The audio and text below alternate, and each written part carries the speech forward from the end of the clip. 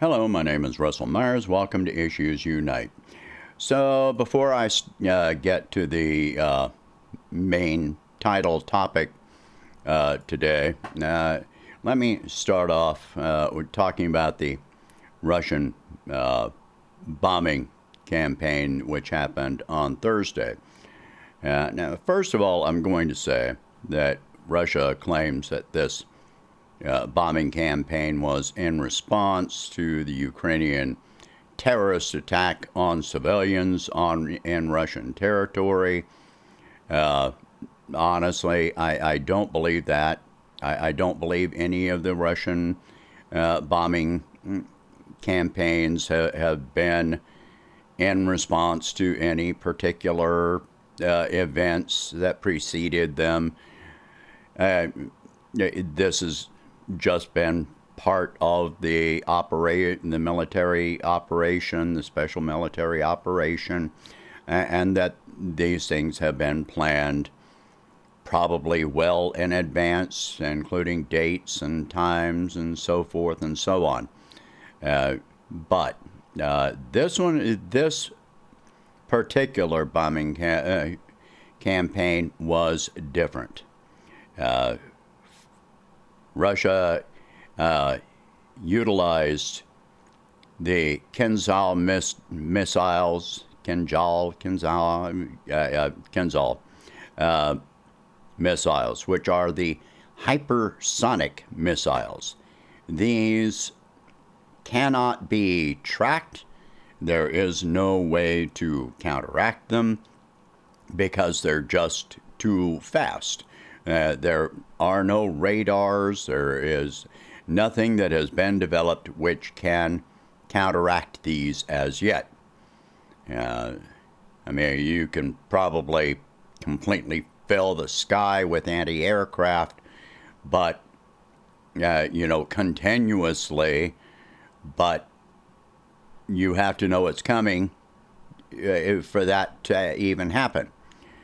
So these missiles are launched from aircraft, small fighter bombers, I believe, but they may be just launched from fighter jets, and they are launched from a distance. Now, up until now, the Russians have been having repeated bombing campaigns since September or October, and striking military targets and energy infrastructure, and that was still part of this, but they were striking more military infrastructure this time than energy infrastructure, and they apparently allegedly hit one bunker, which was the Ukraine, at least one center for coordinating anti-aircraft systems in Ukraine. But little by little, Russia has been knocking out anti-aircraft systems with these bombing campaigns, which has allowed them to now start launching aircraft. They've been using unmanned aircraft or missiles, drones, etc. But now they are launching manned aircraft, and they are also, people have asked why Russia is moving so slowly, and that's because, and I've explained before, it's because they run up against Ukrainian fortifications, which are heavy fortifications that have been built up since 2014, 2015, in the former Donbass regions. I've stated before, between 2015 and 2021, Ukraine seized over half of the Donbass region, and as they went, they have been building up these massive fortifications. So Russia had to knock out those fortifications, which are not easy to do, even with heavy artillery. But aerial bombs, which are much larger, much heavier, those will knock those out far more effectively. And so now they are launching bombers and dropping 500-kilogram bombs to knock out a lot of these fortifications. So that is why in one area, I think Avdiivka, where Russia is advancing far more rapidly than they have been. It might have been Krasnogora, but they're advancing far more rapidly than in any areas that they have been advancing up until now. So if all of these fortifications get knocked out, then we're going to see a very radical change in the pace of things as the weather changes. Right now, the ground is too wet for any advances on either side. That brings us to Bakhmut. So Bakhmut is almost entirely encircled at this point. So with that, let me go to the map. All right, so here is Bakhmut. Zoom in. Whoa. Zoom in a little bit too much. All right. As you can see, there is really, there's this H-32 road, which is under complete fire control from Russian forces. There is one other road leading into Bakhmut, and that is this one road, which is really apparently an unimproved, country road, and beyond that, there's nothing beyond that but open fields that Ukrainian forces would, to reinforce those in Bakhmut, they would have to cross these open fields. Let me get back here. Okay. Those fields are a problem, and the unimproved roads are a problem. Ukraine is claiming that they're going to launch a counteroffensive, starting on Monday. One of the reasons I'm making this is just let's see how accurate my observations are. I could be completely wrong, and tomorrow I'm going to feel like an idiot. And you can call me names or whatever. But for now, let's see. Because this is going to start within hours because of the time zone difference. Right. There have been, let me get back to that. There are the estimates of how many,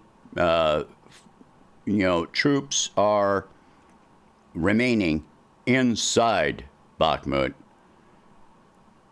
I've heard numbers from 3,000, 7,000, 10,000, 12,000 to 20,000. That the 12,000 to 20,000 comes from Prigozhin, the leader of the Wagner forces.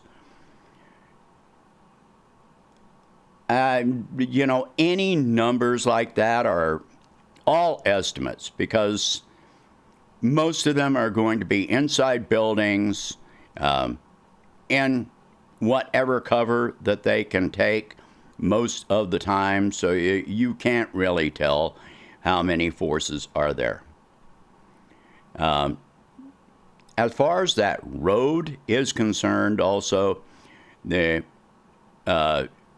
Wagner's has said that they are within 1 kilometer of those roads. 1 kilometer is 0.6 miles.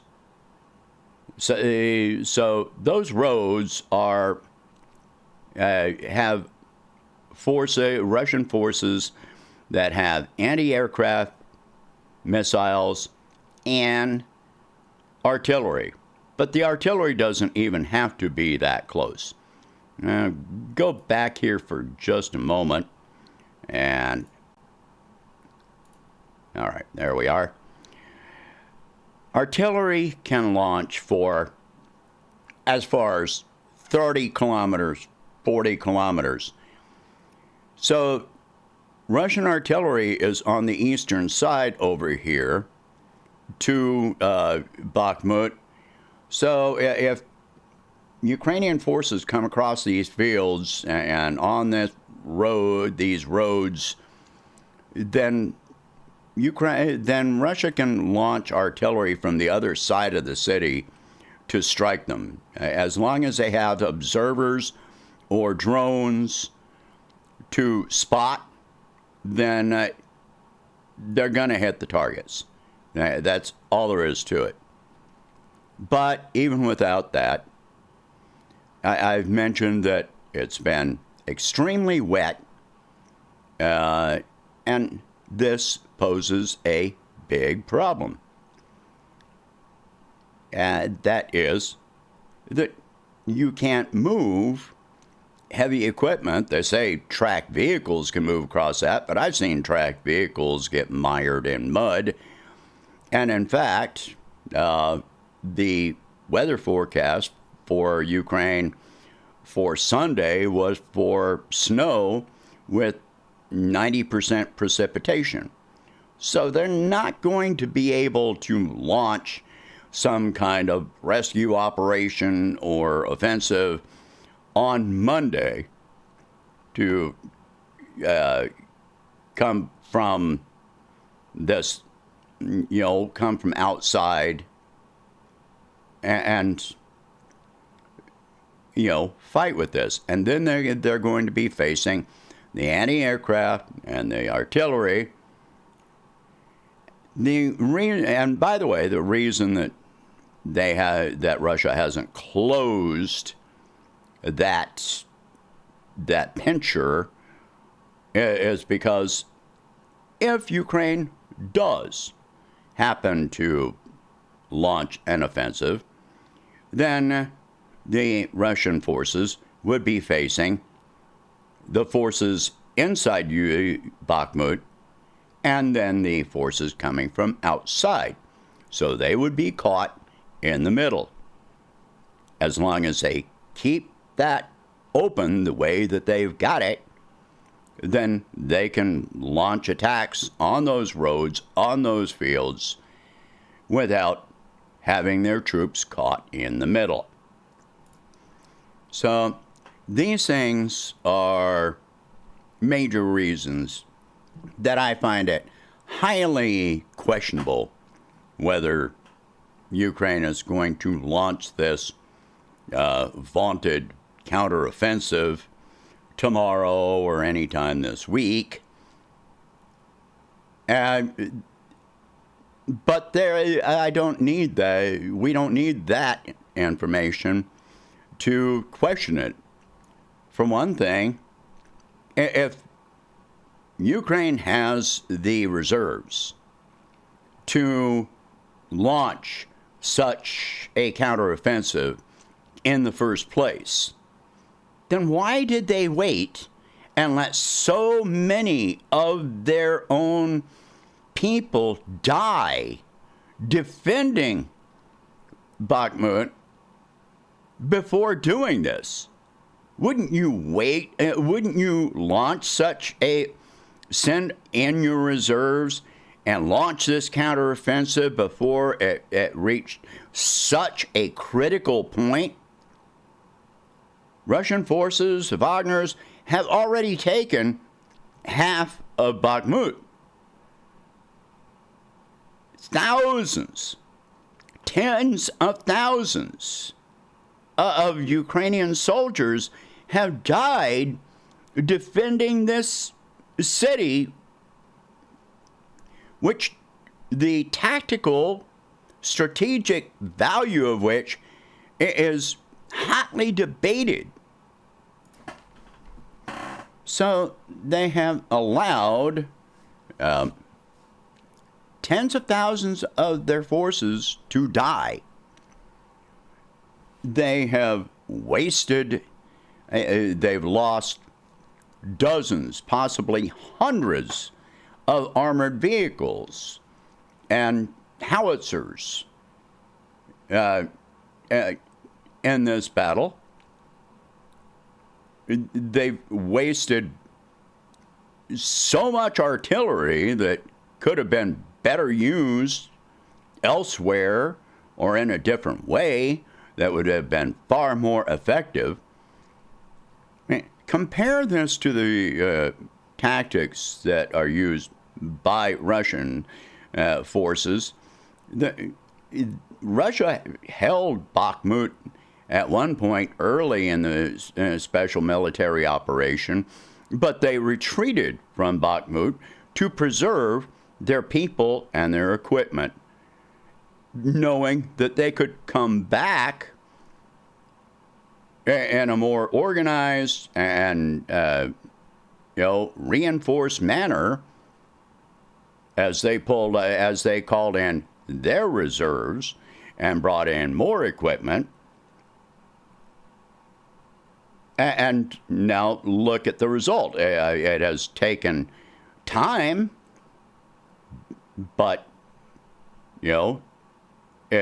but it's successful. And Ukraine, and at no point, in any battle, at any location, has Ukraine retreated to reorganize and come back with a more organized and comprehensive strategy.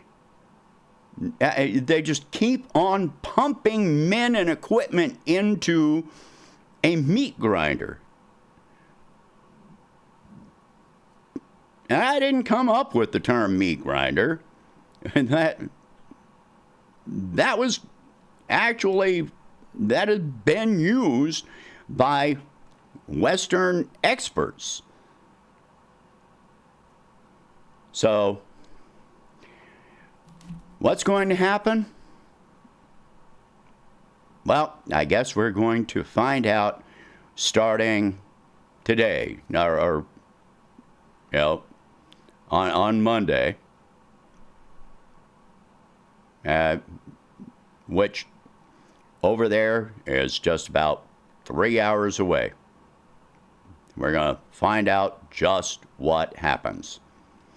All right, so share this video, talk about these subjects. If you can afford it, please donate whatever you can to help expand this channel and my presidential campaign. And I will catch you in the next one. I hope you have a good day. Bye.